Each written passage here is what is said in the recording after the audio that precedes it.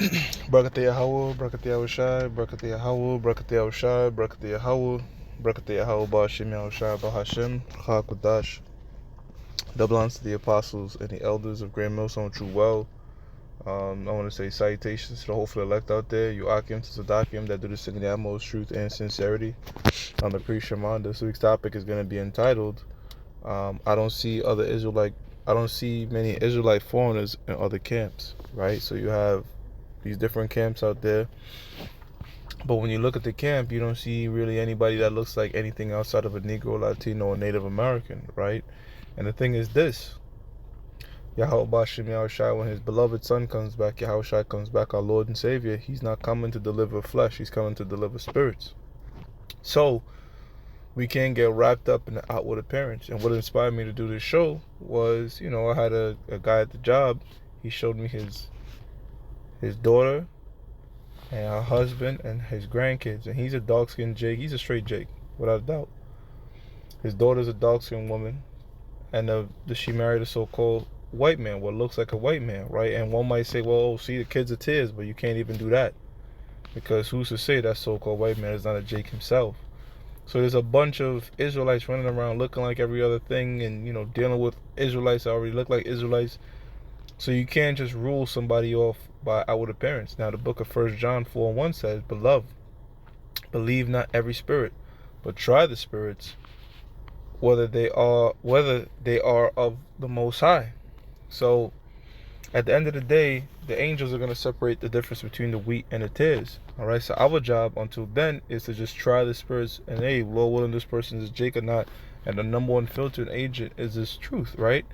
Now the scriptures tells us what? The spirit itself bear witness with our spirit that we're the children of the Most High. So the spirit of Yahweh Shai, pursuant to the book of Revelations, the 19th chapter, alright, is the spirit of prophecy. So all the prophecies and the blessings and the curses, mainly the curses that you read about in Deuteronomy, the 28th chapter, are going to line up with the Lord's people. The Negroes, Latinos, and Native Americans, and guess what? No matter what they look like, That's how come you got guys like Elvis Presley, Eminem, they still run into hiccups in life that link with the curses that we go through. You see? It says they are of the Most High because many of false prophets have gone out into the world. And that we do live in a day and age where there are many false prophets out there, we always go into the mark of the beast, but also we have to go on this Israelite foreigner thing. Look at Jason Taylor's family, He got one that look like a straight up Jake, he has one that look like a so-called white man. What if that Jake right there was to hook up with a so-called white woman, right? The baby will come out even more light. You see, so it doesn't take that much generation before our people start looking like other nations, looking different, not having the typical characteristics of a Negro, Latino, Native American, all right? But again, the number one filtering agent is this truth. How well do they gel with the truth? Yeah, we say things like you could sing, dance, you could cook, you're jazzy, but ultimately, guess what? You have jakes that are not that really swaggy, right? Swagged out. I have that sort of, some jakes are dorky, nerdy, and shit like that. So ultimately, we got to come back to this truth. Amos 3:1, it says, Hear this word that the Lord Yahweh Bashim Yahushai has spoken against you, O children of Israel, against the whole family which I brought up from the land of Egypt, saying, verse 2, You only have I known of all the families of the earth. So the Lord only knows his people, all right? That's who he's dealing with, point blank, period. And his people, the Negroes, Latinos, and Native Americans, all right, pursuant to all the prophecies, all right, are going to look like different nations. It says, therefore, I'll punish you for all your iniquities, right, going into the cursings, all right? But guess what? When you read Deuteronomy 28, it's curses and blessings. And you go to Deuteronomy 30th chapter, tells us that what? All these curses that befall us in the kingdom of heaven, they're going to turn upon the mother nations. You see? So guys, you cannot close up the kingdom of heaven, all right, just because somebody doesn't look like your typical Negro, Latino, or Native American. And I don't see a lot of these camps touching on these things, man. All right, but guess what? It's a part of this book. It's a part of this prophecies, man, that you're gonna have Israelites come in from not from other nations, Salaki, that look like, that have the appearance of other nations, man. You see?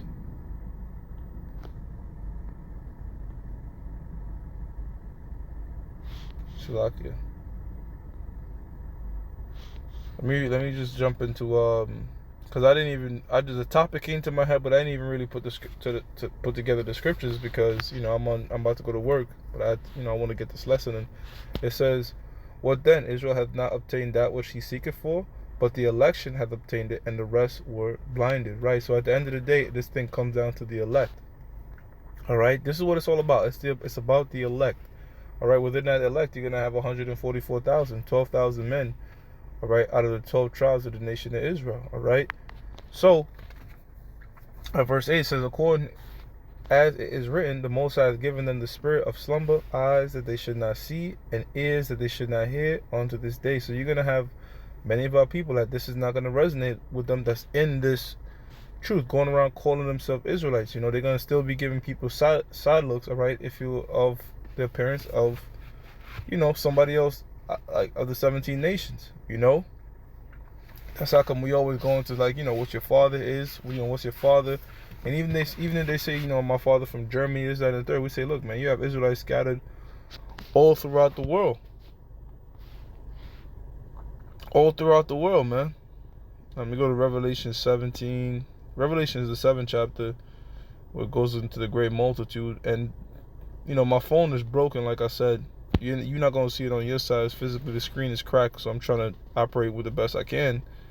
Trying to see if I can remember.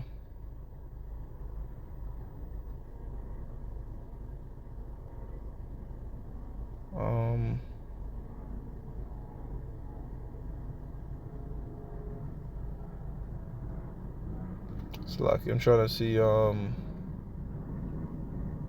Okay, here it is. After it goes into the 12 tribes, the 12,000 out of each tribe, Revelation 7 and 9 says, we're going into the elect. It says, "After this I beheld, and lo, a great multitude, which no man could number, of all nations and kindreds and people and tongues, stood from the throne, and tongues stood before the throne and before the Lamb, clothed with white robes and psalms in their hands." Now, who's that going into? All right, who's that? That's going into Israelites, man. All right, that's going into Israelites that's going into Israelites that didn't necessarily have the appearance, okay, of the typical Negro, Latino, Native American. Now, what I'm trying to find now is, hopefully this app, there's a way to get the Apocrypha in it. I just can't remember right now. But the precept I wanted to go to was the book of 2nd Ezra, the 3rd chapter, the 15 to 16 verse. Oh, here it is. No, not that. It's locked here.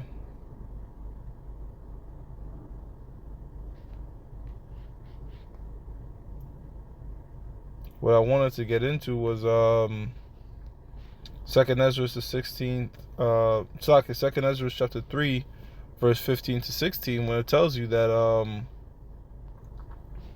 that Israel became a great multitude. Because that's what it's really going into. Okay, that great multitude with psalms in their hands of them Israelites that didn't necessarily look like Israelites. Okay, but can't quite find it now. But yeah, man, a lot of these other camps, you don't see them with is it this one? You don't see them with Alright, it is what it is. You don't see them with Israelite looking foreigners, man. Alright? And as you have in the picture below, you see Jason Taylor's family, very diverse. And it doesn't just stop with so-called black or so-called white. It goes into if you look like a Moabite, Ammonite, or whatever. All right, because you had the situation with Achior the Ammonite, right? Achior the Ammonite in the book of Judith was able to enter the congregation, right? The one that was warning the king, Slaki, not the king, forgot who it was. He was in some sort of military faction coming against Israel. And he was saying, don't do it because their power is so great. And he goes into what the Lord did for us during the time of Egypt. All right, he didn't listen, of course, that dude, that general, he paid the consequences. But Achior the Ammonite, he was spared. And then you read and it says that he made